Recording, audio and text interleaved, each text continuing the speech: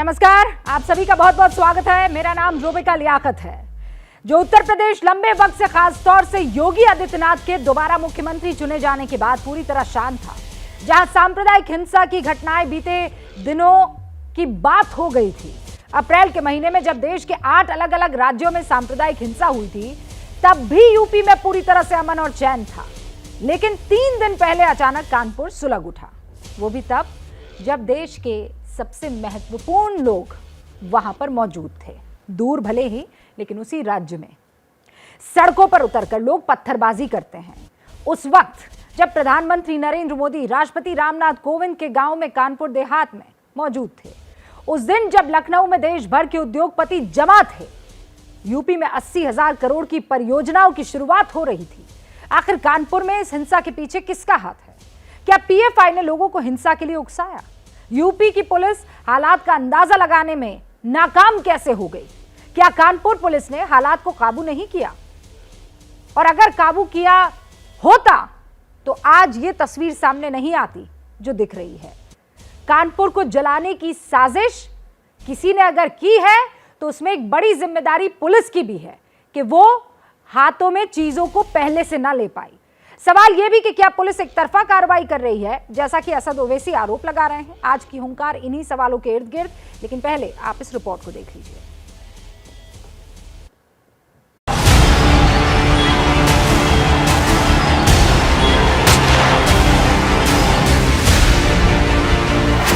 कानपुर हिंसा के पीछे साजिश किसकी?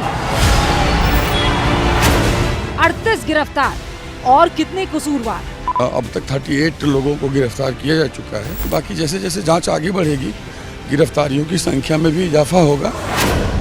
क्या पीएफआई ने लगाई कानपुर में आग? पीएफआई ने मणिपुर में और वेस्ट बंगाल में 3-6 का एक कॉल किया था। इन लोगों का भी कोई लिंक है? इसको अभी हम लोग, ये विवेचना का विषय है, इस लिंक को हम देख रहे हैं। कानपुर में पीएफआई का कनेक्शन है और उसी कनेक्शन के संबंध में स्थानीय जो गुंडों का गैंग रहा, साजिश के जुड़ रहे हैं तार। सवाल ये कि कितने और किरदार? अरेस्ट क्यों नहीं किया जाता? कानपुर में गड़बड़ हुई तो 35 लोगों पर एनएसए लग जाता है। वो गड़बड़ नहीं होती अगर आप एक्शन ले लेती है अपने नेशनल स्पोक्सपर्सन के ऊपर। जो भी त्रुटि करेगा, गलती करेगा, वो पार्टी निर्णय उस पर करेगा। और विभिन्न राजनीतिक दल अपनी राजनीतिक रोटियां सेकने के लिए जो भी बयानबाजी कर रहे हैं उसको हम उचित नहीं मानते। कानपुर में हिंसा किसका प्रयोग? सारे खास मेहमान हमारे साथ जुड़ चुके हैं। मोहसिन रजा साहब नेता हैं बीजेपी के, अभय दुबे जी प्रवक्ता हैं कांग्रेस के, हमारे साथ जुड़ चुके हैं। अनुराग भदौरिया साहब जो कि प्रवक्ता है समाजवादी पार्टी के, वारिस पठान साहब प्रवक्ता है एआईएमआईएम के, सुबही खान राजनीतिक विश्लेषक अब से कुछ देर में हमारे साथ जुड़ेंगी, और शिवम त्यागी इस वक्त आपको स्क्रीन पर दिखाई दे रहे हैं। तो सीधा सवाल आज की तारीख में मोहसिन साहब आपसे है। हाँ, लोगों को गिरफ्तार किया गया, हाँ, वक्त रहते अगर कार्रवाई नहीं होती तो पेट्रोल खरीदे जा रहे थे पेट्रोल पंप से, पेट्रोल बॉम्ब बनाने के लिए बहुत बड़ी एक योजना बन रही थी, एक साजिश बन रही थी कि पूरे उत्तर प्रदेश को जला दिया जाए। लेकिन सवाल तो यह भी है ना कि ये पहले कैसे नहीं पता चला?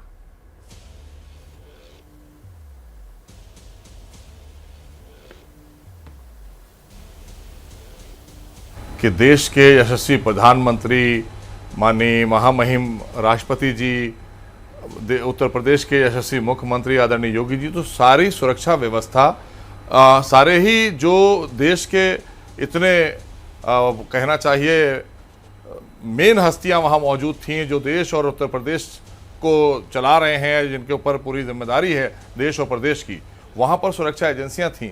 उसके साथ साथ अगर कोई साजिश के तहत ये काम किया गया था तो उस साजिश को नाकाम करने का काम हमारी सुरक्षा एजेंसियों ने किया।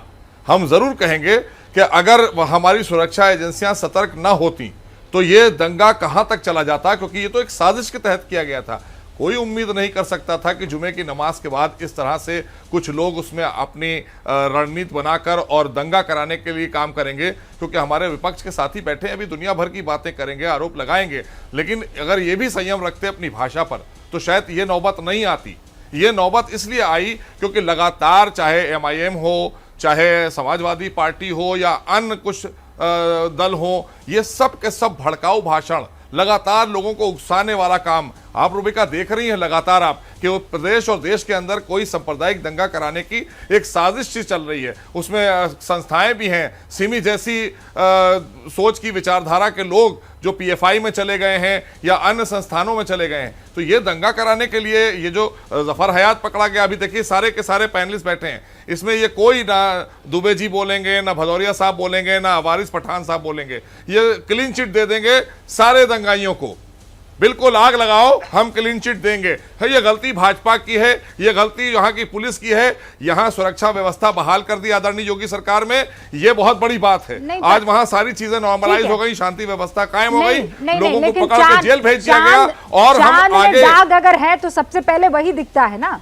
मैं ये कह रही हूँ कि आम दिन नहीं थे, यहाँ पर आपके 80 हजार करोड़ का इन्वेस्टमेंट आ रहा था, 1400 से ज्यादा योजनाओं को लागू करने की बात चल रही थी। बहुत इंपॉर्टेंट टाइम था, सेंसिटिव टाइम था।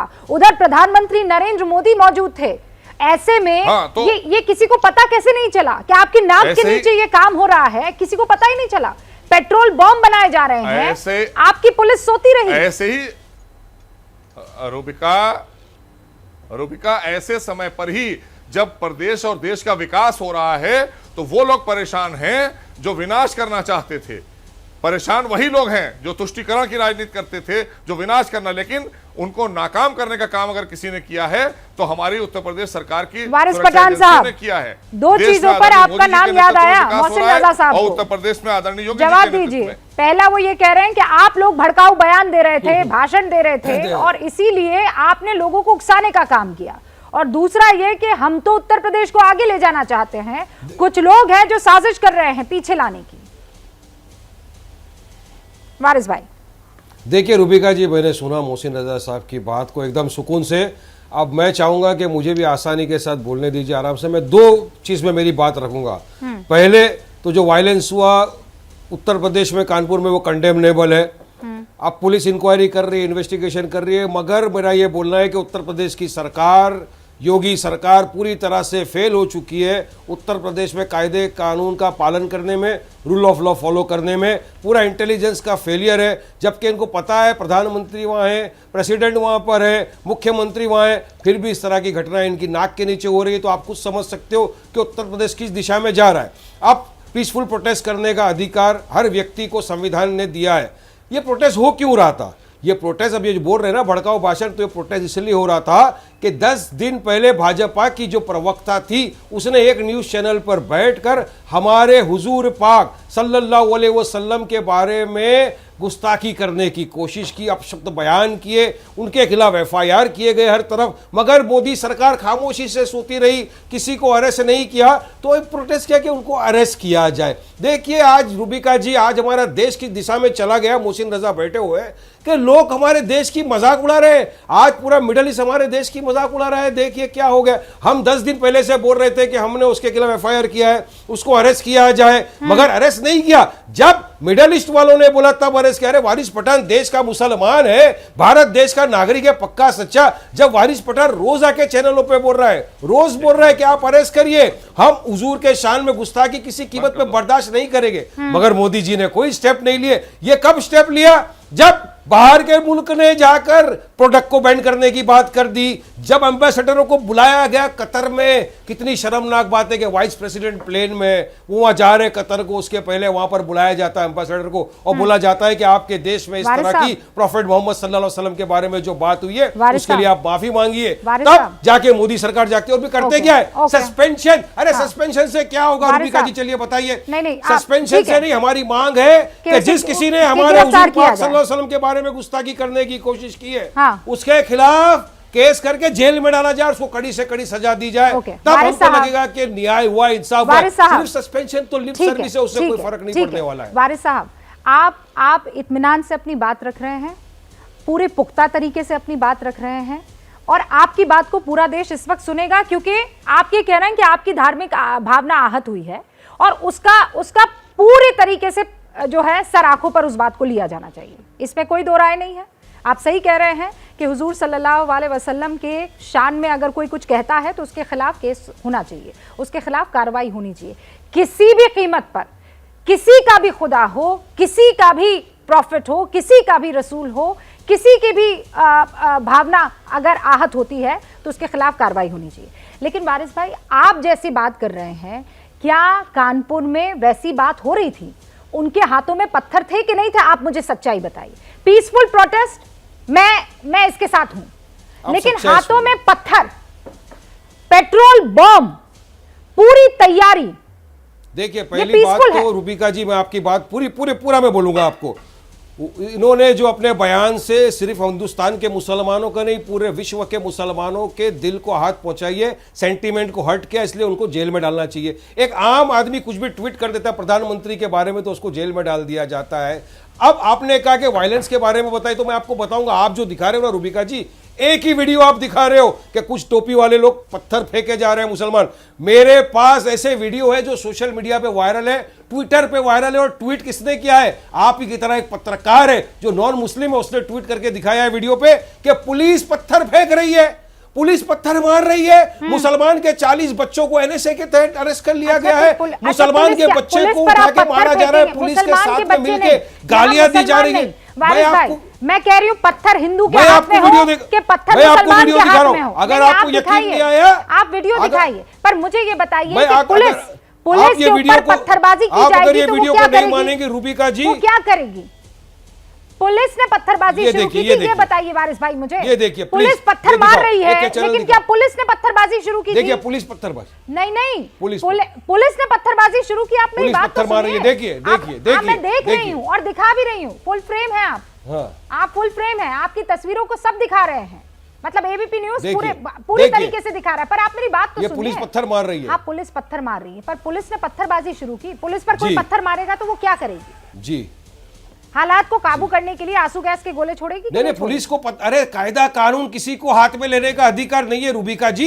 हमारे देश में संविधान है, कोर्ट है, कचहरी है। पुलिस को लगता है कोई पत्थर मारे तो जाओ, उसको अरेस्ट करो, कोर्ट में ले जाओ और जो सजाएं दो। अगर आप उनके ऊपर पत्थर मारेंगे, पुलिस है ना भाई, कानून व्यवस्था तो कोई लागू करेगा ना, कौन करेगा? एक ही तरफ के लोगों पे, सिर्फ मुसलमानों पे, सिर्फ मुसलमानों पे 40 मुसलमानों के बच्चों के ऊपर एनएसए लगा दिया गया। कितने नॉन मुस्लिम के ऊपर लगाया आपने? बंद कराने कौन गया था जबरदस्ती? ये पीसफुल प्रोटेस्ट है।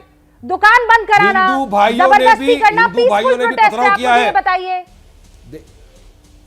किसी ने जबरदस्ती नहीं किया था, किसी ने जबरदस्ती नहीं किया था रूबिका जी। हाँ। हमारी जानकारी के मुताबिक ये जो पीसफुल प्रोटेस्ट कर रहे थे जुम्मा के बाद में, हाँ। इन लोगों का ये था कि पीसफुल है, दुकान बंद करिए, मगर सामने से पथराव शुरू हुआ। अच्छा, एक साजिश के तहत। यही तो मैं बोल रहा हूँ ना, इंटेलिजेंस फेलियर रही होगी का ये। क्यों जाकर वहां पे पुलिस को पहले बंदोबस्त करना चाहिए था? पुलिस ने क्यों अपना ढिलाई छोड़ी? फिर जाकर मुसलमानों के ऊपर पत्थर मारे। वारिस भाई, मुसलमान मत कहिए ना। मैं ये कह रही हूँ, जिसके हाथ में भी पत्थर है वो देश का दुश्मन है। जिसके हाथ में भी पत्थर है, चाहे उसने टोपी पहनी हो, बिल्कुल सही बात है, उसने गले में जनेऊ डाला हो, बिल्कुल क्लियर बात है। आप सिर्फ एक की पैरवी मत कीजिए। मैं ये कह रही हूँ, जिसके हाथ में पत्थर वो देश का दुश्मन। अब शिवम त्यागी कुछ कहना चाह रहे हैं, उसके खिलाफ कार्रवाई होनी चाहिए। मैं यही बोल रहा हूँ, अनुराग भदौरिया और मैं यही बोल रहा हूँ, जिसके भी हाथ में पत्थर है वो देश का दुश्मन है। मैं वायलेंस का खंडन करता हूँ। मैं वायलेंस का खंडन करता हूँ। और ये जो वीडियो है, इस वीडियो को सुनने के बाद वारिस पठान समझ जाएंगे ये नेता कौन है। ये लोगों के खुदायां हैं, वो क्या क्या जो पूजा करते हैं, कितने राम लक्ष्मण दुर्गा लक्ष्मी। मैं चलाऊंगा नहीं आगे। शिवम त्यागी नहीं, अरे ये बहुत हो गया। सुनिए, चला ही नहीं रहा हूं। इस देश में बहुत हो रहा है। रूबिका जी, मैं नहीं चला रहा हूं। नहीं, ये गलत बात है। नहीं, मैं नहीं चला रहा हूं। मैं सिर्फ इनसे इतना पूछना चाहता हूं, मुझे एक चीज बता दीजिए। हम अपने भगवान की शान में गुस्ताखी बर्दाश्त नहीं करेंगे और सस्पेंशन काफी नहीं है। फिर भगवान और अल्लाह पर हम चर्चा नहीं करेंगे। मैं नहीं जाऊंगा उस पर। मेरी बात सुनिए। रूबिका जी, मैं उस पर नहीं जाऊंगा। मैं कानपुर की बात करना चाहती हूं। मैं कानपुर पर ही आऊंगा। माहौल देश का बहुत सेंसिटिव है। मैं बिल्कुल उस पर नहीं जाऊंगा। सेंसिटिविटी को समझना चाहिए और ये मेरी रिक्वेस्ट है आप सबसे। मैं 100% एग्री करता हूं आपसे। मैं बिल्कुल इसके आगे कुछ नहीं कह रहा हूं। मैं सिर्फ इतना कहना चाहता हूं कि मैं अकबरुद्दीन ओवैसी जी का सिर्फ सस्पेंशन नहीं, गिरफ्तारी की मांग करता हूं। उन्होंने भी यही किया है जो हो रहा है। अब आगे आते हैं। आपने कहा कानपुर की बात। मैं बड़ी शालीनता के साथ अब सुनिए मैं बोलना चाहता हूँ। मौका दीजिए, सुनिए। बहुत बोल रहे हैं, तो शांति से सुन रहा था। दूसरी मौका बात, दूंगी। मेरा मानना है कि कहीं ना कहीं इंटेलिजेंस को लेकर चीजें जरूर इधर उधर रही, लेकिन ये इस देश को सोचने और समझने की भी आवश्यकता है। मैं अगर हाथ में लोटा लेकर, गले में माला लेकर, माथे पर तिलक लगाकर मंदिर जा रहा हूं, तो मेरी सरकार, मेरे देश और मेरा समाज ये उम्मीद करता है कि मैं वहां जाकर पूजा करूंगा। जब आप मस्जिद जाते हैं, जो कि 100 के 100% मुस्लिम जाकर वहां पर अल्लाह की इबादत करते हैं, इस तरह की चीजें कहीं ना कहीं समाज को भी तोड़ती हैं, सवालिया निशान भी खड़ा करती हैं। और पीसफुल प्रोटेस्ट कीजिए, किसी ने कहीं नहीं किसी को रोका, पीसफुल प्रोटेस्ट करना है, जितना चाहे कर सकते हैं, लेकिन जब आप पत्थर उठा लेते हैं, लोगों पर मारते हैं, तो यह साबित करता है कि कहीं से जो लोग इंस्टिगेट कर रहे हैं वो कामयाब हो रहे हैं। बार बार आपने जो 25 बार अपनी भाषा में मुसलमान मुसलमान मुसलमान, मैं कह रहा हूं आपके सामने, कोई अगर हिंदू किसी मुसलमान को, किसी को भी पत्थर मारेगा, तो ना तो वो गरीब है और ना वो हिंदू है, वो सिर्फ पत्थरबाज है, और उसको जो कड़ी से कड़ी सजा होती हो किसी भी राज्य में दी जानी चाहिए। बड़ी सीधी सी बात। मैं जवाब देना चाहूंगा। 20 सेकंड वारिस साहब, 20 सेकंड। देखिए, अभी इन्होंने कहा कि अकबरुद्दीन ओवैसी ने कहा, तो मैं इनको बताना चाहूंगा, ये पढ़ लिख के तो आते नहीं है। अकबर ओवैसी पे केस हुआ, अकबर ओवैसी लंदन में अपना इलाज कर रहे थे, वहां से आए, हैदराबाद में कोर्ट में सरेंडर हुए, सरेंडर होकर बेल लिए, बेल लेने के बाद केस चला, पूरा एविडेंस रिकॉर्ड हुआ, एविडेंस रिकॉर्ड होने के बाद दोनों साइड को सुना गया, उसके बाद में उनको बाइज्जत बरी किया गया। आपने भी तो दे दिया, बाइज्जत बरी किया गया, तुमको मालूम है क्या? कंप्लेंट तो आपने भी दे दिया था, फिर कंप्लेंट तक क्यों नहीं रह गया? पागल, क्या सिर्फ कंप्लेंट काफी है? अगर निश्चिंता होगी तो कमाल की बात है। मैं तो जाना ही नहीं चाहता उस टॉपिक पे, लेकिन पैमाना सबके लिए बराबर है। मैं खुदा का भी इतना ही सम्मान करता हूं, अल्लाह का इतना ही सम्मान करता हूं, और भगवान का भी इतना ही सम्मान करता हूं, और आपको भी बराबर करना पड़ेगा। ओके।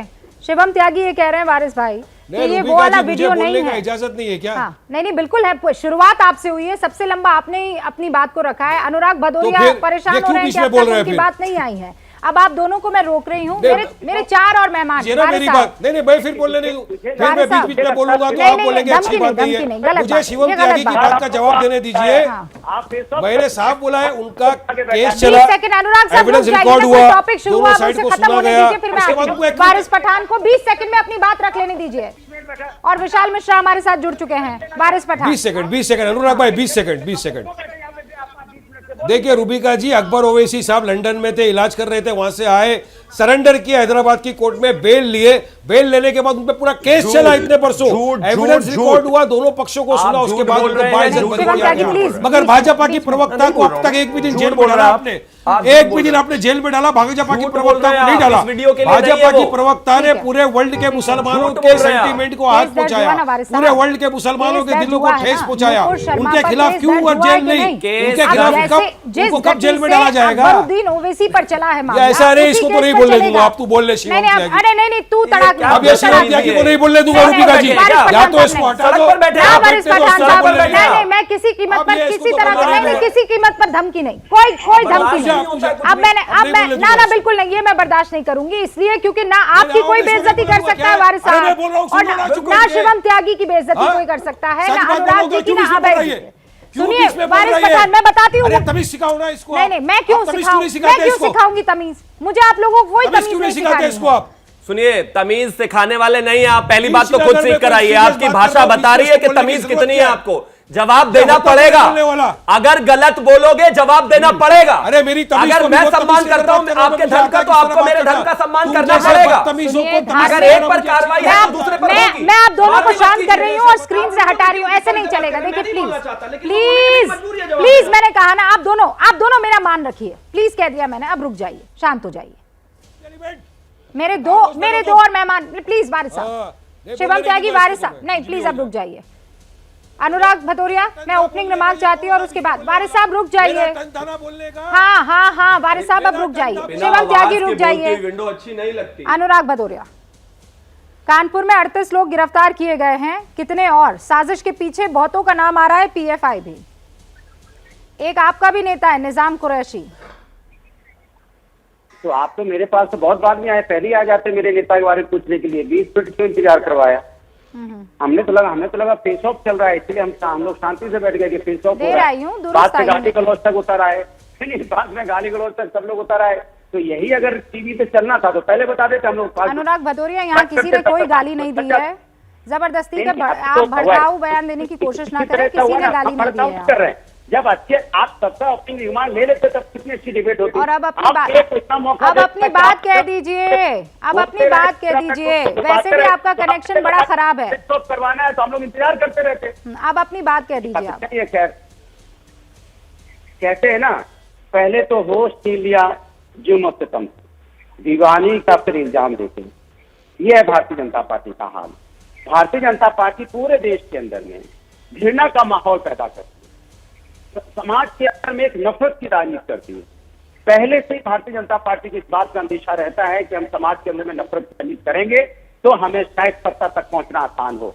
जिसकी सरकार उत्तर प्रदेश की हो, जिसकी पुलिस उनकी हो, गृह मंत्रालय उनका हो, मुख्यमंत्री वहां पे आ रहे हैं, देश के प्रधानमंत्री जी आ रहे हैं, राष्ट्रपति जी आ रहे हैं, और उसके बावजूद भी एलआई फेल हो जाए, वहां उनके खुफिया तंत्र फेल हो जाए, पता ही नहीं चले कि वहां पे पत्थर इकट्ठे हो गए, वहां पे दंगा होने वाला है। इसकी मतलब सरकार का जो गृह विभाग है वो पूरी तरह निकम्मा है। उसे गृह विभाग से हट जाना चाहिए। और उसके बाद क्या सरकार इंतजार करती थी कि पत्थर चल जाएगा, उसके बाद न्यूज बनेगी, उसके बाद यहाँ पे डिटेक्ट होगी, उसके बाद देश के अंदर एक माहौल बनेगा? क्या सरकार ये चाहती है? सरकार का पुलिस डिपार्टमेंट क्या कर रहा था? ये जिम्मेदारी सरकार की है। सरकार अपनी जिम्मेदारी से नहीं भाग सकती। इस बात की बहस करके उसने पत्थर मारा, उसने पत्थर नहीं मारा, इनका पत्थर चला, उनका पत्थर नहीं चला, उसके ठेले से पत्थर आए तो ऑटो से पत्थर आए, कैसे आए, कहां से आए? कानून व्यवस्था कौन बनाएगा? कानून व्यवस्था बनाने के लिए कोई दूसरा तो आएगा नहीं। जनता ने आपको चुना है, आपकी जिम्मेदारी बनती है, और आप अपनी जिम्मेदारी से भागने के लिए किसी का वो एंगल लगा के, खोज के, दूरबीन लगा के, किसी का झंडा मिल जाए, किसी का कुछ मिल जाए तो हम पता नहीं समाजवादी भी है, फलाना भी है, जनता भी है। कमाल है भाई। अरे जिम्मेदारी से भागने के लिए आप एक बहाना खोजते हो कि कोई एक व्यक्ति मिल जाए। अरे जहाँ 5-10 हजार लोगों की भीड़ होगी, क्या उत्तर प्रदेश में समाजवादी नहीं है क्या? लेकिन समाजवादी का कोई नेता उसमें तो नहीं है कि समाजवादी का नेता कह रहा हो कि नहीं यहाँ पे दंगा करो। ये तो पुलिस की जिम्मेदारी है दंगा रोकने। सवाल में सबसे पहले आपके नेता का ही नाम लिया था। वो 38 में जो गिरफ्तार हुए उसमें से एक समाजवादी पार्टी का है। हाँ तो अरे मैं कहता रहा हूँ आपसे, ये भारतीय जनता पार्टी का काम ही क्या है? पहले तो दंगा रोक नहीं पाती है, दंगा हो जाता है चलो गिरफ्तारी करो, फिर नाम खोजो इसका उसका।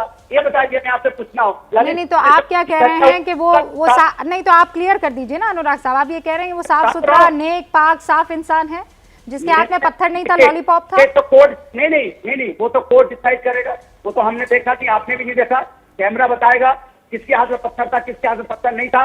निष्पक्ष जांच होगी, इंक्वायरी होगी। हम तो कोर्ट पे विश्वास रखते हैं, देश की न्यायपालिका विश्वास है। अब तो भारतीय जनता पार्टी है नहीं, सत्ता वाला केस उठा के ले आएंगे। नहीं, एक सेकंड और चाहिए, एक सेकंड। बड़ी देर तक आपने दूसरों को बोलने दिया, हमें भी 1 सेकंड दे दीजिए। हम इनसे पूछना चाहते हैं, ललितपुर में कौन सा जिसमें 13 साल की बच्ची के साथ अन्याय हुआ, कौन बीजेपी का नेता गया? ये तो आप रिकॉर्ड पे चले जाते हैं ना। अब आप बोलते हैं अच्छा आप पुरानी बात करेंगे तो ठीक है। मैंने तो कोई आपके दंगे याद दिलाई नहीं, मैंने तो कोई पुरानी बात की नहीं। मैंने तो आपको अपना दायित्व याद दिलाई नहीं कि आपके टाइम पर जो दंगे हुए थे तब कैसे हो गए। मैंने तो ऐसी कोई बात आपको याद नहीं दिलाई। ये तो हम कहाँ से याद? मुजफ्फरनगर तो मैंने कहा ही नहीं। अच्छा तो हमें तो हम दिला दें। अब हमसे जो इतना बहस कर पा रहे थे तो हम दिला दें। हम दिला रहे हैं ना आपको। हमने बोला ललितपुर में बच्ची के साथ अन्याय हुआ, चंदौली में तो बच्ची को पीट के मार डाला, गोरखपुर में मनीष गुप्ता को पीट के मार डाला। इस तरह से हाथरस में बेटी के साथ अन्याय। और सुन लीजिए, योगी जब पूजा कर रहे थे अयोध्या में, तब एक गर्भवती महिला को उसी समय हत्या कर दी। तो उत्तर प्रदेश की घटना है ना, कहीं और की तो घटना है नहीं। तो बताइए, जहाँ योगी जी होते हैं, जिस जिले में पूजा कर रहे होते हैं वहाँ महिला की हत्या हो जाती है, और जिस जिले में वहाँ सर ये राष्ट्रपति जाते हैं। सर सुनिए, हाँ ठीक है, आपने अपने ये मैं कई बार ऐसा करूंगी जब आपको इनवाइट कर रही हूँ तो आपके इस चंक को स्पेशली रिकॉर्ड करके रख लूंगी, क्योंकि 2 लाइन के बाद आप यही सारी बातें रिपीट करेंगे तो क्यों आप एनर्जी जाया करते हैं। मैं काम करूंगी, उसको रिपीट टेलीकास्ट पे लगा भी दूंगी। आप भी तो वही पहुंच जाएंगे, बीजेपी के पास बोलने को क्या होता है? ठीक है, कहेंगे नहीं। ओके अभय जी, मैं आपसे बहस नहीं करना चाहती हूँ अनुराग जी, मुझे कोई इंटरेस्ट नहीं है। तो आप मुझसे अभय दुबे जी किसी सवाल पूछना चाहिए, आप सवाल। अभय दुबे जी, भाई ओपनिंग रिमार्क। रूबिका जी, ये इससे ज्यादा गंभीर बात कोई नहीं हो सकती कि जब देश के महामहिम राष्ट्रपति जी जिस स्थान पर हो, देश के प्रधानमंत्री जी जिस स्थान पर हो जी, वहां पर किसी प्रांत की सरकार की इतनी गंभीर लापरवाही की इतने व्यापक स्तर पर हिंसा हो जाए, तो क्या जो गृह मंत्री की जिम्मेदारी संभाल रहे मंत्री, मुझे लगता है कि वो गृह मंत्री भी है वहां, उनको ये रिस्पॉन्सिबिलिटी को करना चाहिए। कितने सालों तक रूबिका लियाकत जी के साथ अभय दुबे या साथी पैनलिस्ट इस बात डिबेट करेंगे कि इसमें पीएफआई का अक्टूबर 2020 सारे बड़े समाचार पत्र आपके चैनल सही क्या कह रहे हैं? Alleged PFI men got funding to stoke riots in Hathras, says STF. फिर वो कहते हैं कि जो दिल्ली का दंगा हुआ, PFI raised from China involved in terror funding in Delhi. जितने बड़े अखबार उठाकर देखते हैं, solicitor general of India Tushar Mehta supreme court में 2021 में कहते हैं, जब सुप्रीम कोर्ट पूछती है कि क्या स्टेटस है PFI का, तो उन्होंने कहा साहब उसको बैन करने की प्रक्रियाधीन है प्रकरण केंद्रीय गृह मंत्रालय में। जब उत्तर प्रदेश की सरकार 2020 से कहती कि हमने केंद्रीय गृह मंत्रालय को उसका प्रस्ताव भेज रखा है प्रतिबंधित करने का, अप्रैल अभी 18 अप्रैल को ट्वीट किया जाता है एनआई से कि गृह मंत्रालय का कहना है कि ऐसे किसी प्रस्ताव पर हम PFI को बैन करने की चर्चा नहीं कर रहे हैं। क्यों नहीं कर रहे हैं बताइए देश को? क्योंकि कर्नाटका का चुनाव लड़ना है, कोस्टल कर्नाटका में PFI का जो पॉलिटिकल ऑर्गेनाइजेशन है SDPI, वो अधिक वोट सिक्योर करने लगा है, इसलिए आप प्रतिबंधित नहीं करना चाहते और देश की टेलीविजन पर सिर्फ डिबेट कराएंगे कि PFI का हाथरस में भी हाथ है, PFI का दिल्ली दंगे में भी हाथ है, PFI का कानपुर में भी हाथ है। फिर किसने हाथ बांध रखे हैं आपकी सरकार के? प्रतिबंध क्यों नहीं लगाते आप? तो सिर्फ देश को सांप्रदायिक उन्माद की आग में झोंके रखना चाहते हैं आप, ताकि समूचा विश्व इस बात का हम उसकी निंदा करते हैं, चाहे वो इस्लामिक संगठनों के देशों ने कहा हो या अमेरिका। सुनिए ना, अमेरिका ने अभी रिपोर्ट अगर जारी की है, ब्लिंकन ने, जो US स्टेट डिपार्टमेंट ने, भारत की धार्मिक आजादी को लेकर, हम लेकिन देश की सरकार को विचार तो करना चाहिए कि अपनी नाकामी को छुपाने के लिए कितने दिन तक ये स्वांग करेंगे आप आज बताकर जाएं अगर भारतीय जनता पार्टी के प्रतिनिधियों की PFI को कल बैन प्रतिबंधित करेंगे कि नहीं करेंगे? अभय जी, अब मैं, जब आप ये बातें कह रहे थे और मैं 100% आपके साथ थी कि सरकार काहे चुप बैठी है। PFI का अगर हर दंगे में नाम आ रहा है, हर दूसरे दंगे, दूसरे नहीं, ऑलमोस्ट हर दंगे में PFI का नाम आ रहा है, लेकिन उसे बैन नहीं किया जा रहा है। और कल को मान लीजिए अभय जी, ये मेरे मन का ख्याल है और सवाल भी है और उसका जवाब चाहती हूं मैं। अगर मान लीजिए PFI पर बैन होता है तो कई ऐसी जमातें घूम रही हैं जो वापस कतर से, कुवैत से, दुबई से, फला यहां से, फला वहां से खत जारी करने लगेगी। मुसलमानों के खिलाफ एट्रोसिटीज हो रही है। कहां पर? हिंदुस्तान में। उनके काम करने की आजादी पर ताला लगाया जा रहा है। कहां? हिंदुस्तान में। होगा कि नहीं? मेरा एक सवाल है, सुबह ही PFI पर बैन, फला कोई शख्स अगर उसे गिरफ्तार कर लीजिए, जो फोटो आया है, अब ये फोटो सब जगह घूमेगा और कहेगा देखिए मुसलमानों पर अब ये लोग जो हैं एक बार फिर से चाबुक चला रहे हैं। अबे जी बस एक सेकंड, दो और मेहमान। अबे जी 10 सेकंड का जवाब। देखिए ये क्यों बात उठी? अगर देश का शीर्षस्थ नेतृत्व कहेगा शमशान कब्रिस्तान, गजवा हिंद, 80-20 और जो हत्या के आरोपी हैं, सड़क पर नृशंस हत्या करते भीड़ की हिंसा में, अगर केंद्र की संविधान की शपथ खाने वाले मंत्री उनके गले में माला पहनाएंगे तो कहेगी विश्व बिरादरी। पर ये एक तरफा नहीं है ना, अब ये बढ़ चुका है, ये हर जगह ऐसा होता हुआ दिखाई दे रहा है। रुबिका जी आप उसको छोड़ दीजिए ना, आप तो इसके जनक है सर। इस देश में आप क्या कह रहे हैं कि धार्मिक इंडेक्स में हम नीचे गिर गए, और किसकी रिपोर्ट कोट कर रहे हैं? USA की। अभी एक और रिपोर्ट आई थी hunger index, global hunger index, उसमें श्रीलंका 60वें नंबर पे था, हिंदुस्तान 100वें नंबर पे था। मतलब जिनके यहां 500 रुपए किलो दूध मिल रहा है, 2000 रुपए किलो आटा मिल रहा है, उनका हंगर इंडेक्स हमसे बुरा था। सो प्लीज उसको मत कोट कीजिए। नंबर 2, आप तो इसके अमेरिका को तो सेम भाव आपके सो कॉल्ड राष्ट्रीय अध्यक्ष ने ही तो भगवा आतंकवाद का टर्म कॉइन किया था। आप ही तो थे जब आप सरकार में थे, आप तो इसके ब्रांड एम्बेसडर थे। हिंदुओं को गाली देना हो, भगवा को आतंकवादी बताना हो, और न जाने क्या क्या, न जाने क्या क्या। आप क्या कर रहे हैं? इस देश के प्रधानमंत्री तो अब भी कहते हैं कि सबका साथ, सबका विकास, सबका विश्वास। आप तो वो लोग हैं जो minorities have the first right वाले लोग बातें करते थे। प्रधानमंत्री कहते थे ऐसा। तो प्लीज आप तो कहीं स्टैंड ही नहीं करते हैं इस इक्वालिटी की बात करने में। वारिस साहब, मैं तो आपकी उस बात को पसंद कर रही थी कि हमें कहां से किसी मुस्लिम कंट्री के सर्टिफिकेट की जरूरत है। हम हिंदुस्तान के मुसलमान काफी हैं। और सच बात तो यह है कि यही कतर, यही कुवैत, क्या हिंदुस्तान के मुसलमान को कभी जो है वो फेवर करने आएगा? वो इस्लाम को फेवर करना अलग बात है और हिंदुस्तानी मुसलमान को फेवर करना, ये दोनों बहुत अलग चीजें हैं। और वारिस साहब ये आप बहुत अच्छे से जानते हैं। बिल्कुल रुबिका जी, हिंदुस्तानी मुसलमान पिछले 10 दिन से संविधान के दायरे में रहकर अपनी बात को रख रहा है कि उसको अरेस्ट किया जाए। जिसने हमारे हुजूर पाक सल्लल्लाहु अलैहि वसल्लम की शान में गुस्ताखी की उसको अरेस्ट किया जाए। क्यों नहीं किया गया? सुबह क्यों? मोदी जागे कब? जब अरब देशों के अंदर अफरा तफरी का माहौल आ गया, दबाव के चलते काम किया क्या? मुसलमानों के सेंटीमेंट को आहत पहुंच गई। हिंदुस्तान के मुसलमानों की सुन ली होती तो बात इतनी आगे नहीं बढ़ती। जब हमारे प्रधानमंत्री मैं इसी सवाल को आगे ले जा रही हूँ। जब हमारे प्रधानमंत्री बोलते हैं सबका साथ, सबका विकास, सबका विश्वास, तो हिंदुस्तान के मुसलमानों की बात क्यों नहीं सुनी गई? हिंदुस्तान के मुसलमान के सेंटीमेंट की कदर क्यों नहीं करी गई? मेरा ये बोलना है ना, क्यों इतने खामोश रहे मोदी जी? क्यों एक्शन नहीं लिया गया?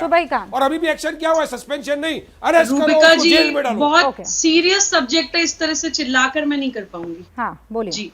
मुझे पूरी डिबेट में मौका मत दीजिएगा इसके बाद, लेकिन ये अनइंटरप्टेड प्लीज बात करने दीजिएगा।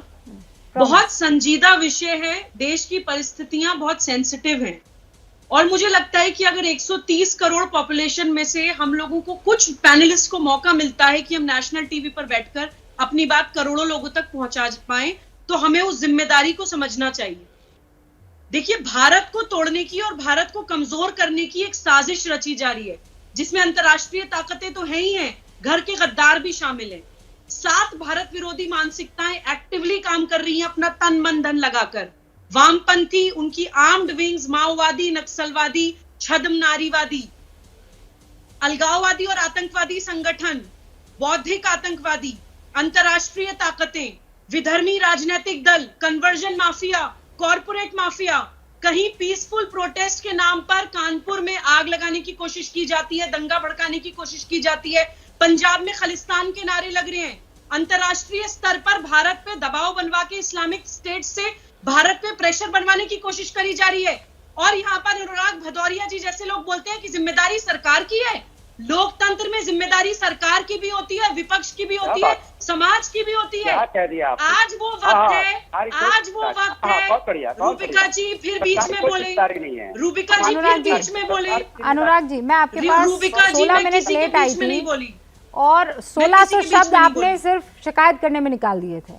अब इनको मैंने 5:28 पर मौका दिया है, अपनी बात तो रख लेने दीजिए उनको, 2 मिनट ही सही, उसके बाद आप वाह वाह कर दीजिएगा। वो तो बात करते करते वो तो समाजवादी पे आ गई।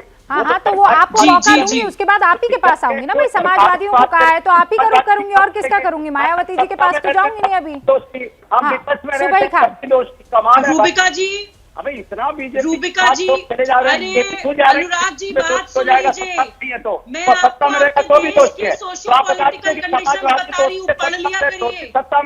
रूबिका जी मुझे 2 सेकंड्स दे दीजिए, मैं ऐसे नहीं कर पाऊंगी इतने सीरियस इशू पर ऐसे बहस नहीं कर पाऊंगी। नहीं, अनुराग जी आपकी बात वैसे भी नहीं समझ में आ रही है, क्योंकि आप स्काइप से जुड़े ना, तो आवाज बीच बीच में कट रही है। अब मैं ठीक है, आप कह रहे हैं कि भाई हर जगह हमें ही क्यों, हम सरकार में हो तब भी लपेटे में लेते हैं, हम विपक्ष में हो तब भी लपेटे में लेते हैं। सुबह जी, ये तो ना इंसाफी है ना। मैंने इंसानियत खत्म कर दी क्या? भदौरिया जी जीते तब भी हारे, हारे तब भी हारे, ये तो गलत बात है ना।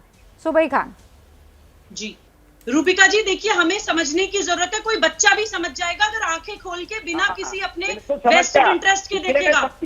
बॉर्डर स्टेट्स बीच में मत बोलिए। रूबिका जी मैं चली जाती हूँ, इनकी आवाज कम करवाइए। अनुराग जी प्लीज, या तो इनकी आवाज कम करवाइए। अनुराग जी हाँ प्लीज, वो जैसे आप हाथ जोड़ रहे हैं ना, आप फर्ज कीजिए मैं भी वैसे ही हाथ जोड़कर आपसे विनती कर रही हूँ, प्रभु रुक जाइए, सुनने का मादा रखिए। अब आप थोड़ा सा बोल लेने दीजिए, फिर मैं आपको मौका दूंगी, उसके बाद वापस आप जो कहना चाहते हैं कह दीजिएगा। सुबह खान, अरे पार्टी में बाद में आए भाई साहब, पहले इस भारत में पैदा हुए हैं। बॉर्डर स्टेट्स को डिस्टर्ब करने की कोशिश की जा रही है। उत्तर प्रदेश बॉर्डर स्टेट है, बहुत बड़ा बॉर्डर हमारा नेपाल से शेयर होता है। आप चीजें कुछ आप कहिए, नफरत फैलाने वालों के साथ हम नहीं हैं। बोलिए आप, रूबिका जी की आवाज कम करवाइए, मैं ऐसे नहीं बहस कर पाऊंगी। बोलेंगे मैं ऐसे नहीं कर पाऊंगी। बीजेपी पर मैं थोड़े ही कोई बहस कर रही हूँ, मैं इस वक्त दंगाई हूँ, मैं हिंदुस्तान के खिलाफ जो ताकतें खड़ी हो रही है उनके लिए बहस कर रही हूँ ना। रुक जाइए ना, आप राजनीतिक बहस कर लीजिएगा। Anurag ji, now it's a request, please एक बार बोल लेने दीजिए ना उनको, फिर मैं आपको मौका दूंगी, और ये तीसरी बार मैं रिपीट कर रही हूँ। सुबह जी, रूबिका जी, हमें भाषा, जाति, क्षेत्र, संप्रदाय और राजनीतिक दल से ऊपर उठकर भारतीय बन के सिचुएशन को देखना होगा। बॉर्डर स्टेट्स को डिस्टर्ब करने की कोशिश की जा रही है। उत्तर प्रदेश का बहुत बड़ा बॉर्डर नेपाल से सटता है, जिसके रास्ते पाकिस्तान और चाइना बॉर्डर इन्फिल्ट्रेट करने की भी कोशिश करते हैं। भारत पे आक्रमण करने के लिए तैयार बैठे हैं वो लोग। पंजाब को डिस्टर्ब करने की कोशिश की जा रही है। आपस में भाई को भाई से लड़ाने की कोशिश की जा रही है। इस वक्त क्या जिम्मेदारी है हमारी? अरे राजनीति करने के मौके बहुत मिलेंगे। इस वक्त भारतीय मुसलमान को भी आगे आके बोलना चाहिए कि नुपुर से जो गलती हुई, नुपुर को उसकी सजा मिली। लेकिन भारत में ना प्रॉफिट का ना मुसलमान का अपमान कभी नहीं होता है। भारत में हर पंथ का सम्मान होता है। और जो इस्लामिक कंट्रीज है वो भारतीय मुसलमान के सरपरस्त बनने की कोशिश ना करें। हम अपने देश में सुखी भी हैं और सुरक्षित भी हैं। नहीं है जरूरत हमें इस्लामिक स्टेट्स के कस्टोडियन बनने की या फिर गार्जियन बनने की। ये भारतीय मुस्लिम को भी आके बोलना चाहिए। पार्टी की बात ही नहीं है भाई। आप लोग परिस्थितियां नहीं समझते। आपको मौका मिल गया राजनीति करने का। और एक बात बताइए अनुराग जी, आप लोग समाजवादी पार्टी ने पर सुबही खान, उत्तर प्रदेश में मैं विशाल मिश्रा कर सुबही खान, आप जो लाइन ले रही है ना, मेरे जैसे बहुत से मुसलमान हैं जो वो लाइन पसंद करते हैं कि हिंदुस्तान पहले और बाद में बाकी सारी चीजें। लेकिन आप जो कह रही हैं कि ये जो परिस्थितियां पैदा हुई है, क्या पार्टी की प्रवक्ता होते हुए इस तरीके की बात करना ये बुलावा देना नहीं था? आप कहीं और से कोई और बोले तब तो फिर भी आप कह सकते हैं कि ये जो है ये अपनी जिम्मेदारी नहीं समझता है। ये भारतीय जनता पार्टी के राष्ट्रीय प्रवक्ता की तरफ से जब कहा जाता है तो फिर रिस्पॉन्सिबिलिटी बड़े लेवल पर बनेगी कि नहीं बनेगी किसी की? जी बाकी सारी चीजें सेड एंड डन मैं मान लेती हूं कि नहीं, हम सब मुसलमानों को एक होना चाहिए। हमें मुस्लिम कंट्रीज जो है उनके सर्टिफिकेट की जरूरत नहीं है, हमें अमेरिका की जरूरत नहीं है सर्टिफिकेट की। लेकिन शुरुआत जहां से हुई है, इंट्रोस्पेक्शन वहां भी जरूरी है कि नहीं है? रूबिका जी कुछ सेकंड्स दीजिएगा। आपकी हर बात से मैं अग्री करती हूँ। सिर्फ इस बात से नहीं कि शुरुआत नुपुर के बयान से हुई है। शुरुआत हुई है शिवलिंग को फव्वारा बोलने से। शुरुआत हुई है शिवलिंग को फुटपाथ पे खड़े हुए पोल से कंपेयर करने से। आप किसी के पंथ को बार-बार इंसल्ट करेंगे, उसको आक्रोशित करेंगे और वही तब मोमेंट में आके आपको पलट के कुछ कहने का तो आप कहेंगे गुस्ताखी रसूल की सजा सरकार से होगा। अगर गुस्ताखी रसूल की सजा नहीं है तो जाकर हदीस लिखने वालों को दीजिए वो प्रॉफिट के बारे में गलत बातें लिखते हैं। अगर गुस्ताखी रसूल की सजा नहीं है तो जैसे मोहम्मद चलाने वालों को दीजिए। गुस्ताखी रसूल की सजा नहीं है तो उन खलीफाओं को दीजिए जिन्होंने कुरान की ज्ञान दे रही है, ज्ञान सबके पास है। वही तो मैं कह रहा हूँ कि भाई पहले हम सब पहले हैं राजनीतिक दल बाद में। मैं तो कहता हूँ कि नफरत की राजनीति से सत्ता मिल भी जाएगी तो क्या करोगे? लेकिन बीजेपी मानने को कहाँ तैयार है? वो तो नफरत की राजनीति से सत्ता पाना चाहती है। यही तो हम इतने दिनों से कह रहे हैं जो आपके समझ नहीं आ रहा है। इस्लाम के नाम पर इस्लाम आप उसके बारे में बात नहीं करना चाहती है। आप बोलिए कौन है जो समाज के अंदर में नफरत का बीज बोता है? कौन है? कौन सा दल है जो समाज के अंदर हमेशा राजनीति करता है जाति धर्म की? बताइए कौन है वो? आप जानते हैं, ज्ञान बनी हुई है, दुनिया को ज्ञान दे रहे हैं लेकिन सच बात नहीं बताएंगे। अनुराग जी सुबह ही जो बात कह रही है अनुराग जी, नहीं आप तो कुछ नहीं करेंगे मुझे पता है, आप क्या करेंगे? वो ज्ञान हमें दे रही है, उनको ज्ञान सरकार को देना है। तो आपको गालियां नहीं दे रही हैं, वो विपक्ष को गालियां नहीं दे रही है, वो उन लोगों को गालियां दे रही है जो माहौल बिगाड़ने की कोशिश कर रहे हैं। आपको काय लग रहा है कि वो आपको कह रही हैं? वो उन लोगों को कह रही है जो माहौल बिगाड़ने की कोशिश कर रहे हैं। आप माहौल बिगाड़ने की कोशिश कर रहे हैं। भारतीय जनता पार्टी का क्यों नहीं बोलते आप? अभय जी भारतीय जनता पार्टी की सरकार बोल रही है, कानून व्यवस्था उनकी है। मैंने आपने सबको दोष दे दिया, बीजेपी को कोई दोष नहीं है। कमाल है। अच्छा तो अभी बैठकर मैं क्या कर रही थी? सुबही खान से जो काउंटर क्वेश्चन है मैं किसके लिए बोल रही थी? नहीं किसके लिए बोल रही थी? वो बीजेपी नहीं थी, वो किसकी प्रवक्ता थी? हाँ बीजेपी की बात मैं नहीं कर रही थी तो कौन कर रहा था? करने का काम कर रहे हैं अभय जी कुछ कहना चाह रहे हैं। फ्रिंज एलिमेंट डिक्लेयर किया है उसके बारे में बोल रही है रूबिका जी। देखिए गंभीरता से ये समझने की कोशिश है कि भारत के हित कहाँ प्रभावित होते हैं। इन गल्फ कंट्रीज से भारत को 6 लाख करोड़ रुपए का रेमिटेंस आता है। जो करोड़ों लोग हमारे उन देशों में काम करते हैं वो हर साल 6 लाख करोड़ रुपए अर्जित करके हिंदुस्तान को भेजते हैं। 3 लाख करोड़ रुपए का हम उनको एक्सपोर्ट करते हैं। अमेरिका हमारे गिने चुने ट्रेड प्लस पार्टनर्स में से, अर्थात हम उनको माल ज्यादा भेजते हैं, उनके यहाँ से कम मंगाते हैं। समझने की इसीलिए भारत की सरकार ने क्या कहा कि कुछ फ्रिंज एलिमेंट्स हैं। भारतीय जनता पार्टी के राष्ट्रीय प्रवक्ता फ्रिंज एलिमेंट हैं। समूचा भारत को ये जो अपमान सहना पड़ा ये इसलिए सहना पड़ा कि भारतीय जनता पार्टी के प्रवक्ताओं ने अवांछित, मैं सुबह की बात से सहमत हूं, अब वातावरण कम से कम ऐसा बनना चाहिए कि ये संदेश जाए समूचे विश्व में कि हम विभिन्न भाषा, भूषा, भेषज, धर्म, संस्कृति, संस्कार के लोग एक साथ मिलकर रहते हैं, और इसकी शुरुआत देश के प्रधानमंत्री जी को करनी होगी। चलिए भीतिता ही विसार दे, लेकिन आगे का जो रास्ता है वो कम से कम ऐसा हो कि हम किसी इस प्रकार के, मैंने उसी मकसद से आज की ये बहस की थी, और जब हम डिबेट में मेहमानों को बुला रहे थे तब इस पर ज्यादा विचार हुआ था कि किस तरीके के लोग आज डिबेट में आने चाहिए। वो लोग और आप जो इस वक्त स्क्रीन पर देख रहे हैं, ये बहुत सोच समझ के हमने इनवाइट किए हैं, क्योंकि आप वो लोग हैं जो सहिष्णु हैं, आप वो लोग हैं जो हर बात पर चीखना चिल्लाना शुरू नहीं करते, अपनी बात कहते हैं, पुख्ता तरीके से कहते हैं, और मैं आपका धन्यवाद दे रही हूं। मैं फिर कह रही हूं, बहुत सोच समझकर आज के डिबेट में मेहमानों को बुलाया गया कि सारी बात हो, मतभेद हो, लेकिन कोई ऐसा ना आए जो किसी की भावना को आहत करे, और वो अब तक कामयाब रहा है। मतलब मैं इस बात की शुक्रगुजार हूं, क्योंकि हम देख रहे हैं माहौल बड़ा खराब है। लेकिन वारिस साहब, जो अभय जी अभी कह रहे हैं, वारिस साहब आप मेरे साथ उस डिबेट में नहीं थे, और मैं बार बार इस बात को कह रही हूं, जो सुबही खान ने कहा, अगर मैं इस बात को नहीं मानूंगी और आप नहीं मानेंगे तो फिर कोई फायदा नहीं है। गुस्ताखे रसूल की गुस्ताखी अगर किसी ने की है, या उनकी शान में किसी तरह की कोई गुस्ताखी की है, तो उसके खिलाफ वाकई एक्शन होना चाहिए। लेकिन ऐसा ही एक्शन और ऐसा ही आउटरेज जो है, तब तो नहीं होता जब एक शख्स मेरे ही शो में बैठकर कह रहा था, मैंने कहा क्या कर रहे थे ब्रेक से पहले, तो उसने कहा फलाह की बिरयानी खा रहा था। 5 धर्मगुरु बैठे हुए थे यहां पर, तब तो वो असहिष्णुता वाला माहौल नहीं देखने को मिला, तब तो किसी और कंट्री से हम पर दबाव नहीं आया। MF हुसैन, मां सरस्वती की जिस तरीके की पेंटिंग की थी, क्यों आया मैं आपको बता रहा हूं वारिस भाई, मैं ये कह रही हूं ये दो तरफा होना चाहिए ना, एक तरफा नहीं ना। हुजूर मोहम्मद, नहीं सुनिए, नहीं बिल्कुल जुबिका जी, हुजूर मोहम्मद मुस्तफ़ा सल्लल्लाहु अलैहि वसल्लम को मानने वाले पूरे हिंदुस्तान नहीं, पूरे दुनिया के मुसलमान हैं, सबकी आस्थाएं उनके साथ लगी हुई है, सबके सेंटिमेंट्स लगे हुए। हमारे आका है, अल्लाह सुब्हाना ताला ने उनकी शान में पूरी दुनिया को बना दिया हुजूर के सदके तुफैल में। हमको उनकी इज्जत करना चाहिए, हमारी सेंटिमेंट्स है। अगर किसको इस तरह की गुस्ताखी करेगा हमारे वही तो मैं कह रही हूँ, सही सी हमारी सेंटिमेंट्स शिवम त्यागी के सेंटिमेंट्स, अनुराग भदौरिया के, अभय दुबे के सेंटिमेंट्स कुछ नहीं है। हिंदू देवी देवताओं को बार बार अजीब व गरीब नाम से पुकारा जाता है। कंपेयर कर ही नहीं सकता। शिवलिंग को फव्वारा कहते हुए किसी को शिव जी के भक्त पूरी दुनिया में है कि नहीं है ना? वो सेलेक्टिव रिस्पेक्ट जो है वो क्यों होनी चाहिए?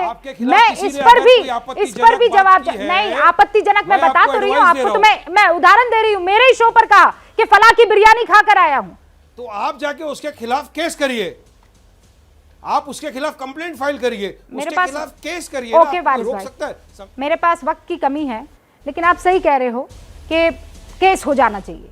पर मैं ये कह रही हूं कि ये बाउंडेशन सिर्फ एक ही धर्म के लिए क्यों, कि खबरदार हमारे बारे में कुछ कहा तो क्या करेंगे तुम्हें भी नहीं पता। ये चीज दूसरों पर भी तो लागू होनी चाहिए ना। लौट रहे हैं हम। इस कार्यक्रम में व्यक्त किए गए विचार वक्ताओं या उनकी पार्टियों के हैं, एबीपी न्यूज के नहीं।